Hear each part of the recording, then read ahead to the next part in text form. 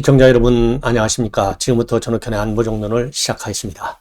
이번 시간에는요, 윤석열 대통령이 4일 휴일 만에 오늘 처음 출근을 했어요. 도스태핑에서 한 얘기가 굉장히 중요합니다. 여러분들 아시다시피 김정은이가 말이죠, 이번에 전술 핵 운용 부대를 직접 방문해서 최근에 있었던 7번에 걸친 대남 도발을 직접 지휘했다. 이렇게 북한 중앙 TV가 발표를 했지 않습니까? 그렇기 때문에 이 한반도의 안보 상황이 그 어느 때보다도 상당히 위기 국면을 이루고 있고, 이러한 한반도의 안보 위기는요, 이 우크라이나 사태, 특히 이재명이가 말이죠, 이러한 이 한미나 안보 삼각 협력 관계를 갖다가 친일 국방이다, 친일 외교다, 이렇게 그야말로 이 친일 프레임을 걸어서 비판하는 바람에 지금 안보가 상당한 위중한 상태에 있는 이런 상황이에요. 그러니까 지금 제1야당의 대표가 부채질을 하고 있는 거예요. 더군다나 우리 국민들의 지금 이 안보 의식이 말이죠, 저는 누차 여러분께 만들었죠. 한마디로 굉장히 무감각해졌어요. 그러니까 안보 이 위협 요인에 대한 이 경각심이 완전히 거의 저는 제로 상태다. 그런 점에서도요, 우리 국민들의 이 위기의식을 정부가 가지고 있는 위기의식, 국제사회가 가지고 있는 위기의식을 우리 국민들이 공유해야 되는데 전혀 그렇지 않다. 사실은요, 거기에 가장 큰 뭐라고 그럴까요? 구멍이 뚫려 있다. 이렇게 보는데, 이 구멍을 누가 뚫고 들어오고 있느냐? 바로 이재명이가 뚫고 들어오고 있어요. 그렇기 때문에 더욱더 위중하다는 겁니다. 왜? 이재명이는 본래 포퓰리즘, 자극하는데 아주 선수 아니겠습니까? 최고의. 그렇기 때문에 더더욱 즉 안보 불감증, 제가 보기에는 굉장히 심각한데 이 불감증을 더 부채질하고 정쟁화시키고 있다. 이런 측면에서 지금 대한민국의 안보 상황은 상당히 위험하다. 이렇게 보여져요. 그렇기 때문에 윤석열 대통령 오늘 아침에 이 4일 만에 출근하면서 도스태핑에서 이 안보 문제에 관해서 입장을 내놨습니다. 저도 어제 심야 방송을 통해서도 말씀드렸지만은 대통령이 그렇게 열받은 격노한 이런 이 분위기가 내세야 되겠어요. 의연한 모습을 보여야 되겠죠. 그런데 대통령실 내부의 분위기는 굉장히 경황돼 있다. 이재명 발언에 대해서 뿐만 아니라 이 김정은이가 이렇게 안보 상황을 갖다가 우역 국면으로, 즉 벼랑 끝으로 몰아가는 이 두 개의 이 대표 주자들에 대해서 굉장히 불만이 많다. 이러한 보도를 해드린 바 있는데요. 자, 오늘 윤석열 대통령 그러니까 지금까지 표명해 왔던 이 한미일 또 한미동맹 확장 억제 이런 거를 굉장히 강조했지만은요. 자, 다시 한번 여러분께 말씀을 드리겠습니다. 그대로 제가 인용을 해드리도록 하겠어요. 북한이 지금 핵을 꾸준히 개발하고 고도화시켜서 대한민국뿐 아니라 전 세계를 상대로 핵으로 위협을 하고 있는 상황이다. 북한이 도대체 핵을 통해서 얻을 수 있는 것은 무엇인지 아무것도 없다. 이렇게 입장을 밝혔어요. 자, 그리고 말이죠, 지금 이렇게 이 김정은 입장도 나왔고, 한미일 군사안보 협력과 같은 대북 정책 기조가 완전한 북한의 비핵화라고 하는 궁극적 목표를 끊어내는데 여전히 유효하냐? 이렇게 물었어요. 그러니까 지금 안보판이 완전히 바뀌었는데 여전히 CVID 이런 게 맞냐? 이런 정책을 계속 할 거냐? 이런 질문이 된 거예요. 이 질문에 대해서요, 유효하다고 생각한다. 그러니까 비핵화 협상 목표는 바뀌지 않았다는 겁니다. 그리고 북한의 비핵화는 지난 30년간 90년대 초반부터 우리도 전술핵을 철수시키고 한반도의 전체 비핵화라는 차원에서 추진됐다. 경위를 설명합니다. 자, 그리고 말이죠, 전술핵 재배치 요구가 일각에서 제기되고 있는, 저도 이미 주장을 한 바 있지 않습니까? 전술핵 재배치는 반드시 필요하다라고 하는 것이 저는 오래 전부터 제가 가지고 있는 기본적 이 전략의 하나로 저는 생각하고 있어요. 그래서 대통령으로서 현재 이렇다 저렇다 공개적으로 입장 표명할 수 있는 문제는 아니고, 우리나라와 미국의 조야 여러 의견을 잘 경청하고 따져보고 있다. 예. 그리고 한일 양국 군사협력 강화에 대한 국민 우려가 있다는 물음에 대해서는요, 핵우려 앞에서 어떤 우려가 정당화될 수 있느냐 반문하면서 비판적 입장을 보였습니다. 자, 한일 양국 군사협력에 대한 우려, 이거는 흔한 말로요, 좌파들의 우려이고 이재명 개딸들의 우려이고 그 다음에 친문 문파들의 우려일 뿐이다. 대다수 우리 국민과 국제사는요, 한일 양국의 군사협력이 강화되는, 특히 현재의 시점, 즉 어떤 시점이냐, 김정은이가 핵무력을 정당화하는 법제화까지 시키고 있고, 그리고 핵무력 미사일 고도화 작업을 포기하지 않고 있고, 특히 7차 핵실험이 임박한 상황, 이러한 정황에 근거해 볼 때 한일 군사 협력이라고 하는 것은 불가피하다. 저는 그렇게 봅니다. 그런 의미에서도 지소미아는 조속히 복원돼야 한다. 이것이 저의 입장입니다. 그리고 또 야당에서 말이죠. 친일 국방이다, 우길기 이런 걸 쓰면서 지금 비판하고 있는 거. 이거에 관해서는요.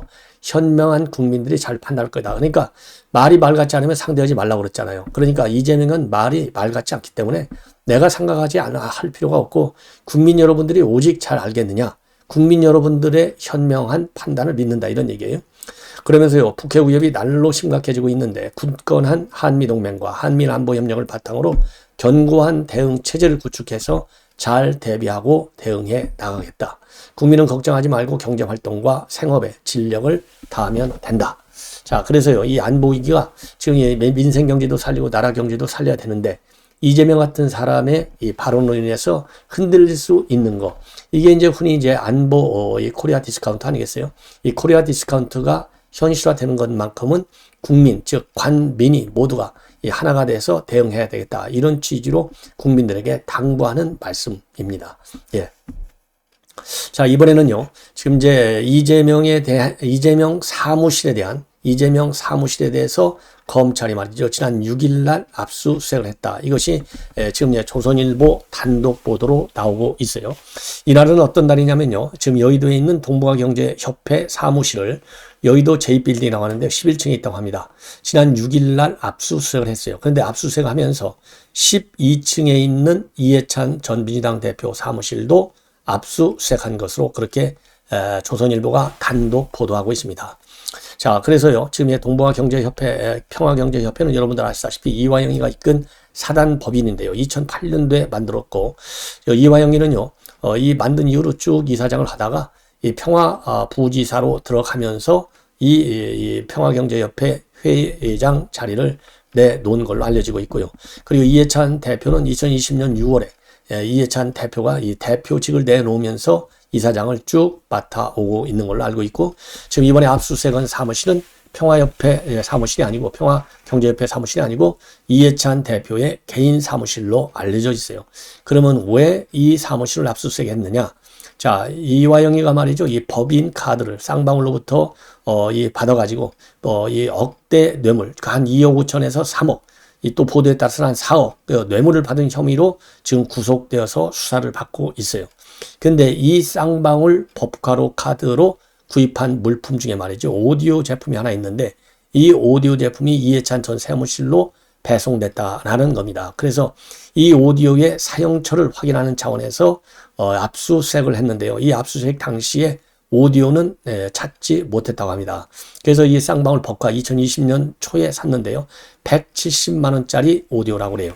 자, 그래서 이 배송지가 말이죠. 이해찬 대표의 사무실이었다고 합니다. 그런데 이 수신자는요. 이화영 의원의 보좌진 A씨로 되어 있었다고 그래요. 그래서 압수수색에 나섰는데 찾지 못했고, 지금 법조 관계자들이 조선일보에 밝힌 내용을 보면은 현재로서는 검찰이 이해찬을 수사 선상에 올린 것은 아니다. 그리고 이해찬 전 대표가 당 대표직을 끝낸 이후인 2020년 8월 이후부터 협회 이사장을 맡아서 이 사무실을 썼다. 그러니까 이 사무실은 제가 보기에는요, 개인 사무실이라기보다는 이사장 사무실이 아닌가 이렇게 판단할 수 있는 대목이고요. 그리고 지금 법조계에서는 이화영 전 의원이 사무실을 쓰면서 결제한 내역은 이해찬 대표와는 무관하다 이렇게 밝히고 있습니다. 자, 이거는 이제 법조계에서 나오는 얘기고, 이거는 뭐 이 사실 여부는 아직, 그러니까 이 오디오 제품이 지금 어디가 있는지도 아직도 나와 있지 않고, 이화영 대표가 쌍방울 법카로다가 170만 원짜리 오디오를 사서 이제 이해찬 대표한테 선물을 한 것인지 아니면 그냥 사무실로만 배송하는데 이해찬 이름은 쓰지 않고 보장한 이름만 썼는지, 과연 이 용도가 뭔지는 아직까지 보도가 나오지 않고 있습니다. 그리고 참고적으로 동북아 평화경제협회, 이 협회는 그동안에 쌍방울의 대북 사업을 쭉 도와줬고요. 2018년도 10월에서 12월까지 제1기 평화경제 최고 경영자 과정, 피스 AMP 과정을 진행했는데, 이때 쌍방울 그룹의 양선길 회장, 그 다음에 박모 쌍방울 그룹 대표, 이런 사람들이 과정에 참여한 것으로 확인이 됐고요. 이때 강사진 중에는 문정인 세종연구소 이사장, 이종석 전 통일부 장관과 이화영 의원들이 강연자로 나섰다라고 되어 있습니다. 자, 그래서요, 어쨌든지 간에 이 과정을 거친 직후인 쌍방 2019년도 1월에 이 나노스 사업 목적의 광산 개발 그리고 해외 자원 개발업이 추가가 되면서 남북 경협주로 분류돼서 주가가 급등했다. 여기까지 여러분들께서 꼭 알고 계시는 것이 좋을 것 같습니다. 자, 이번에는 또 하나 이제 논란이 제기되고 있는 것은요. 지금 오늘이 11일이잖아요. 어제 TBS 김어준 방송에 나와가지고 이 김의겸이가 말이죠. 폭탄 발언, 자폭 발언을 했어요. 뭐냐? 지난번에 한동훈 장관이 미국을 갔다 왔는데 뉴욕에 있는 연방검찰청을 방문한 이유가 결국은 이재명이의 대북 코인 연루 의혹을 조사하기 위해서 간 것이 아니냐. 그러면서 따라간 이 안욱진 검사 얘기를 한 거예요. 이 안욱진 검사가 지금 암호화폐와 그리고 이상한 이 외화, 이 송금 이 문제를 수사하고 있는데 이거를 들이대면서 이유로 하면서 이게 결국은 이재명의 대북 코인 사업을 수사하려는 것이 아니냐. 만약에 그런 의도를 가졌다면 한동훈 장관은 불법적인 수사지휘권 이 행사다. 따라서 이거는 이 한동훈의 장관에 대한 탄핵 사유가 된다. 그러니까 핵심은 뭐냐? 한동훈 장관에 대한 탄핵 이유를 제기하면서 그 이유 중에 하나로 이재명의 대북 코인 투자 사업 의혹을 먼저 폭로한 거예요. 이거를 가지고 지금 이 언론에서 또 이 정치권에서 지금 일파만파 파장이 커지고 있습니다. 그래서 당에서도요, 이거는 자폭 발언이다. 왜 이런 얘기를 했는지 도대체 알아먹을 수가 없다. 이러한 반응이 나오고 있고, 이렇게 해서 이제 김의겸이는요, 이 엑스맨이 됐다. 이렇게 지금 이제 비판을 받고 있어요. 그러면 김의겸이 이렇게 얘기한 근거는 뭐냐? 에리카 강하고 말이죠. 이 북한에 대해서 암호화폐를 어떻게 이제 비밀리에 이 송금해 올 수 있는 기술 이거를 갖다가 그리피스라고는 이더리움 이 개발자가 북한에 그런 기술을 전수하려 한 혐의로 지금 이제 구속되어 있어요. 지금 재판까지 다 끝나서 구속되어 있는데 검찰이 이 법원에 뉴욕 법원에 제출한 자료에 뭐가 나오냐면 박원순 시장과 이재명 시장이 북한에 이더리움 연구소도 만들고 이더리움 그다음에 이 서버도 만든다. 여기에 관심을 가지고 있다. 이러한 이메일을 주고받은 겁니다. 그래서 이거를 근거로 해서 지금 이 한동훈 장관의 탄핵을 몰아붙이는 거예요. 이걸 가지고 이재명이를 수사하려고 하는 거기 때문에 너는 내가 탄핵하겠다. 이런 취지거든요. 자, 이렇게 하니까 이 한동훈 장관이 어제 바로 입장문을 냈습니다. 김의겸 대변인 말처럼 대한민국 정치인이 북한 가상화폐 범죄와 연계됐다면 이거는 범죄의 영역이다. 김 대변인은 지금 범죄 신고나 내부 고발을 하는 것인지 아니면 나중에 저런 범죄가 드러나도 수사하지 말라고 미리 복선을 깔아두는 것인지 묻고 싶다. 이러한 입장문을 내놨고요. 그리고 여기에 대해서 온라인 반응에서는요. 김의겸 덕분에 대북 코인이 있다는 걸 알았다. 이런 이 반응이 온라인상에 지금 넘쳐 흐르고 있고요. 자, 이 관련해서 이현종 문화일보 논설위원도 어제 채널A 방송에 출연해가지고 한동훈 장관이 수사할 수 없는 걸 왜 하냐는 건데 저는 역으로 이런 게 있었어 라고 알리는 효과가 있다. 그리고 그리피스가 이야기한 내용이 사실이라면 중대한 거고 그런데 왜 박원순과 이재명이는 관심을 표명했느냐. 그게 새로운 의문이다. 그러면서요. 김 의원의 발언을 통해서 야당과 암호화폐가 연관돼 있다는 의문만 부각시킨 게 아니냐. 그리고 말이죠. 이재명 저격수로 불렸던 박수영 의원도 김의겸 의원은 일종의 엑스맨 같은 느낌이고 계속 되지도 않은 이슈로 한동훈을 도와주는 느낌이다. 그런데 이걸 기뻐해야 되느냐. 같은 국회의원 한 사람으로 근거해서 팩트에 충실한 질의를 해야만이 정치 발전에 도움이 되지 않겠느냐.